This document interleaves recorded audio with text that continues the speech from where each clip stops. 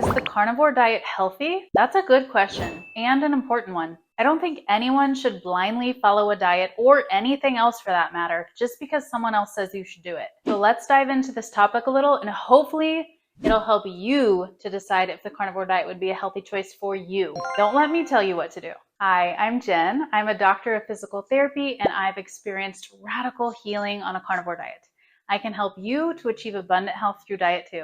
Today, we're going to talk about why the carnivore diet is not only healthy, but truly one of the healthiest things you can do for yourself. First of all, let's talk about some of the myths about why the carnivore diet is not healthy. The most common myth by far is that it'll raise your cholesterol and lead to heart attack or stroke. That's simply not true. Not fully anyway. Some people on a low-carb, meat-based diet, whether it's fully carnivore or not, find that their diet change lowers their cholesterol. However, some people do experience increased total cholesterol and LDL on this type of diet. But here's the thing. If you really dig into the research, you'll see that these markers alone are not powerful enough to predict cardiovascular disease risk. More information is needed. I'm going to attempt to keep this simple, so let me start by pointing out that LDL, the bad cholesterol, is not all bad. It can turn bad, and we'll discuss that in just a moment.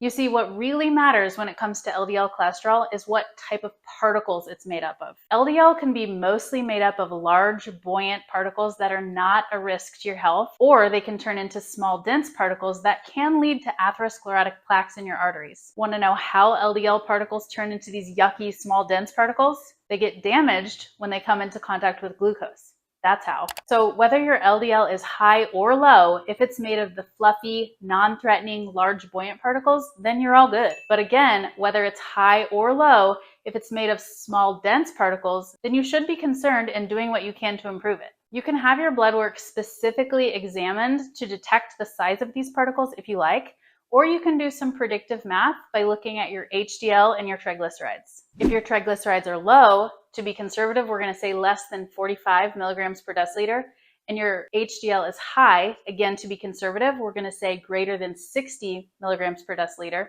then it's an almost certainty that your LDL particles are large and buoyant, so you really don't need to be worried about total cholesterol or LDL, even if they're technically high. I've actually built a calculator that you can use to plug in your own numbers and determine whether or not you should be worried about your cholesterol. Go to delightedtomeetyou.com/cholesterol to try it out. And let me know in the comments what you find out. You might have gathered from what we already discussed that triglycerides and HDL numbers are more important at predicting cardiovascular disease risk than LDL and total cholesterol. If you came to that conclusion on your own, good job, smarty. The way that you lower your triglycerides is by decreasing your carb intake. And the way that you increase your HDL is by eating plenty of meat and lifting heavy things. So you can see how the carnivore diet is a very healthy choice when it comes to the cholesterol discussion. There are several other things that determine our cardiovascular disease risk. The greatest risk of all comes from type 2 diabetes. And type 2 diabetes is caused by insulin resistance. And insulin resistance is caused by chronically elevated blood sugars. And chronically elevated blood sugars are caused by overconsumption of carbs. No carbs, no problem. High blood pressure is also a good predictor of cardiovascular disease risk, and the carnivore diet typically decreases blood pressure. Now, smoking is also a huge risk factor, but that's true regardless of your diet. So just don't smoke, okay? There you have it. If you don't want to have a heart attack or stroke, then make sure your triglycerides are low, your HDL is high, your blood pressure is normal, and that you're not insulin resistant. The carnivore diet will literally help you achieve every single one of those bullet points. We've officially busted our first myth. The carnivore diet does not increase your risk of cardiovascular diseases like heart attack or stroke. It actually decreases your risk as long as you're staying away from carbs. Let's chalk that up as 1 point for the carnivore diet being healthy. Next myth, an all-meat diet does not provide all the vitamins and minerals that you need to be healthy. Let's settle this by looking at this chart. I made this chart by using data directly from the USDA website. It compares common superfoods such as apples, blueberries, broccoli, and kale to meat and other animal products. Over here on the side, you can see all the vitamins and minerals that we're looking at. Each dark blue box indicates which food has the highest concentration of the corresponding nutrient over here. Each light blue box indicates which food has the second highest concentration. Look at how many dark blue and light blue boxes are on the meat side of the chart.